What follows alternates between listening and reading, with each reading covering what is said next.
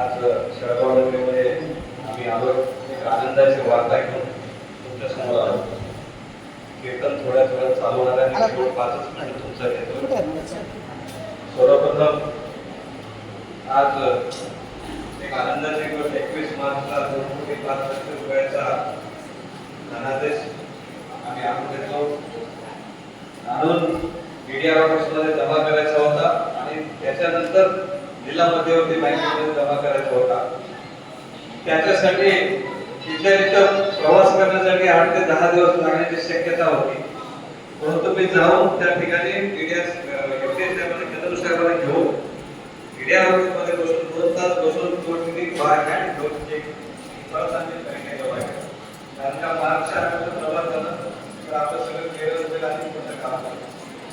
परंतु भूतकाळात ज्या काही गोष्टी घडल्या मला वाटतं सोनाराने ढाब घालत असताना एखाद्या विषयात 100 घाव घातल्यानंतर ते फक्त तयार होते. नव्याण्णव घाव वाया गेले असं म्हणायचं नाही. पण प्रत्येकाने त्या ठिकाणी हातापाय निश्चितच लावलेला आहे. संजय पाटीलला खूप मेहनत घेतली. मला वेळोवेळी त्यांचं सुद्धा मार्गदर्शन लाभायचं काय करायचं मला टीचर साहेबांचं मार्गदर्शन या ठिकाणी मिळालं. वास्तविक मला फक्त एवढं सांगायचं आहे आमचे नेते आदरणीय महाराष्ट्राचे माजी मुख्यमंत्री तथा राज्यसभेचे खासदार अशोकराव चव्हाण साहेब यांचा खूप मोलाचं मार्गदर्शन आणि त्यांनी केल्याशिवाय हे कामच झालं नसतं. कारण त्यांनी महाराष्ट्राच्या पटलावर देवेंद्र फडणवीस साहेबांना त्यावेळेस स्वतः बोलले आणि ते झालं त्या पूर्वीची पार्श्वभूमी अशी होती.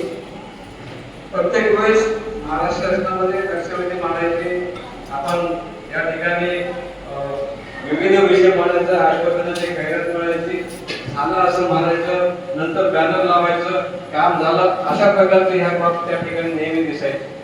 परंतु वास्तविक आत्ताच आमचे मित्र प्रकाश पाटील म्हणल्याप्रमाणे काही बाबी तांत्रिक अडचणी अशा होत्या की महाराष्ट्रामध्ये उपसा जलसिंचन योजनेच्या स्वतंत्र असलेल्या संस्थेचं 100 कोटी ते 1000 कोटीपर्यंत कर्ज केव्हाच माफ झालेलं आहे पश्चिम महाराष्ट्रात. आपलं 2 कोटीचं कर्ज माफ व्हायला आपल्याला 40 वर्ष का लागले याचं आत्मचिंतन करण्याच्या संदर्भामध्ये मी ज्या वेळेस त्याच्या डेप्थली गेलो त्यावेळेस मला मार्गदर्शन मागचे आपले डीडीआर साहेब विश्वास देशमुख साहेबांनी मोलाचं मार्गदर्शन केलं. आपली उपसा जलसिंचन योजना ही स्वतंत्र नव्हती तर विविध सेवा सहकारी संस्थेच्या अंतर्गत प्रस्तावित असलेली ही संस्था होती. त्यामुळं त्यांनी आपल्याला कुठेतरी माघार घेत होती. आश्वासन होत होतं लक्षवेधी मांडायचो आपण तारांकित प्रश्न विचारायचो त्यावेळेस IAS अधिकारी हा विषय बाजूला ठेवायचा आणि आम्ही हे करत असताना दरबदल IAS अधिकाऱ्यांना बोलून या विषय कसा मार्गी काढला पाहिजे हा त्या ठिकाणचा विषय होता. मग त्यामध्ये एक शक्कल संजय पाटीलांनी एक रडवली की ही उपसा जलसिंचन योजना केवळ आमच्या 571 शेतकऱ्यांच्या पुरते मर्यादित होती.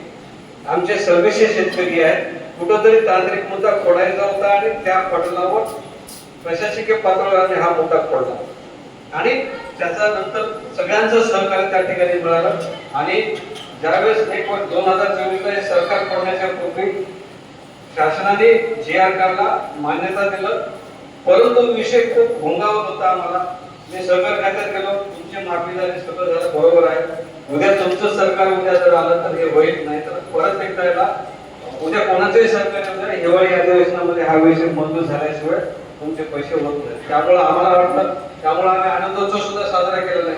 करत असताना काय प्यायचं जरी असेल तरी कुंकूट प्यावा हा दृष्टिकोन ठेवून आम्ही वाटत होतो.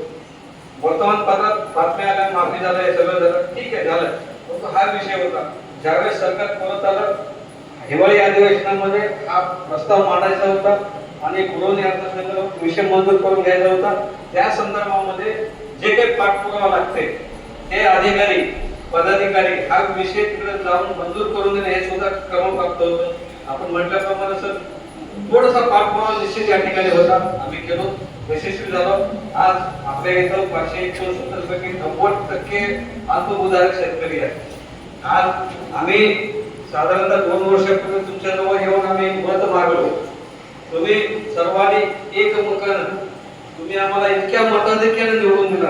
खरंच आम्ही त्याचं उत्तरदायित्व ठरवण्याच्या अनुषंगाने वेळोवेळी प्रकाश पाटील येऊन आम्हाला या संदर्भात काम करायचं होतं. आणि सगळ्यांचंच त्या ठिकाणी सहकार्य लाभलं आणि या संदर्भामध्ये आपण आज या ठिकाणी यशस्वी होऊ शकलो आणि आम्ही शब्द दिला होता की झाल्यानंतर तुमच्या गावात जाऊन आम्ही येऊ. तुम्हाला माहिती आहे का, तुम्हाला तुमच्याजवळ आम्हाला आज आनंद वाटतोय.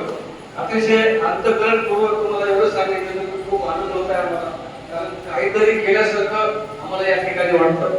आम्ही या ठिकाणी आलो, संजीव पाटलाला माहिती आहे आमची काही इच्छा नव्हती या ठिकाणी यायची, परंतु ते सिच्युएशनच आम्हाला या ठिकाणी आले की आम्ही आलो, तेव्हा झालं संचालक मंडळाने हे काम आम्ही करू शकतो. असंच आपल्याला आणि विशेष तुम्हाला या मंदिरामध्ये राहून एक शब्द सांगतो.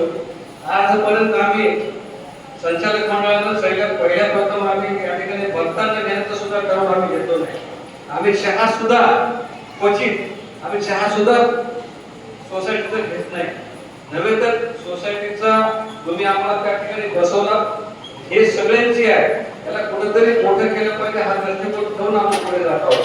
आता या ठिकाणी आम्ही सोसायटीचं उत्पन्न सुद्धा महिना 12,000 प्रमाणे ते आंबेडकर साहेबांचा पुतळा बाजूला आम्ही थोडंसं कमी करून मागच्या साईडला आम्ही उत्पन्न वाढवलं. त्याच्यानंतर जनरिक मेडिसिन दुकान टाकलं, आता दुकान सुद्धा आम्ही चालू केलं होतं.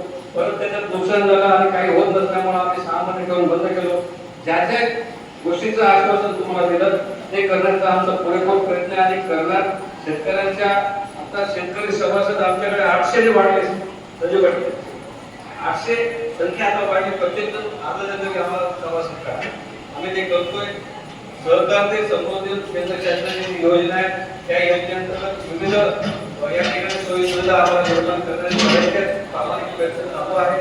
तुम्ही दिलेल्या शब्दाप्रमाणे आम्हाला या ठिकाणी परत एकदा चालायचं, तुमचा आशीर्वाद त्याच्या बळावर आपल्याला पुढे अजून जायचं आहे. एवढंच या ठिकाणी बोलतो. आपलं सहकार्य, आपला आशीर्वाद आमच्या पाठीशी निश्चितच आहे. आम्ही या ठिकाणी प्रामाणिकच काम या ठिकाणी करूया. फायनान्स सेट उत्तरवार यांचं आम्हाला नेहमी मार्गदर्शन सुद्धा या ठिकाणी भेटते, सगळ्यांचंच आहे. संजीव पाटलाचं सुद्धा दरवेळेला मार्गदर्शन भेटते आणि असंच काहीतरी नाविन्यपूर्ण काय करायचं असेल तर तुम्ही आम्हाला सांगा, आपण निश्चितच करू. मी नसून आपण सर्वच आहे, आपण सगळ्यांनी मानावं एवढंच या ठिकाणी बोलतो आणि थांबतो. आपण माझा आदर सत्कार केला त्याबद्दल सर्व या ठिकाणी आभार करून घेतात.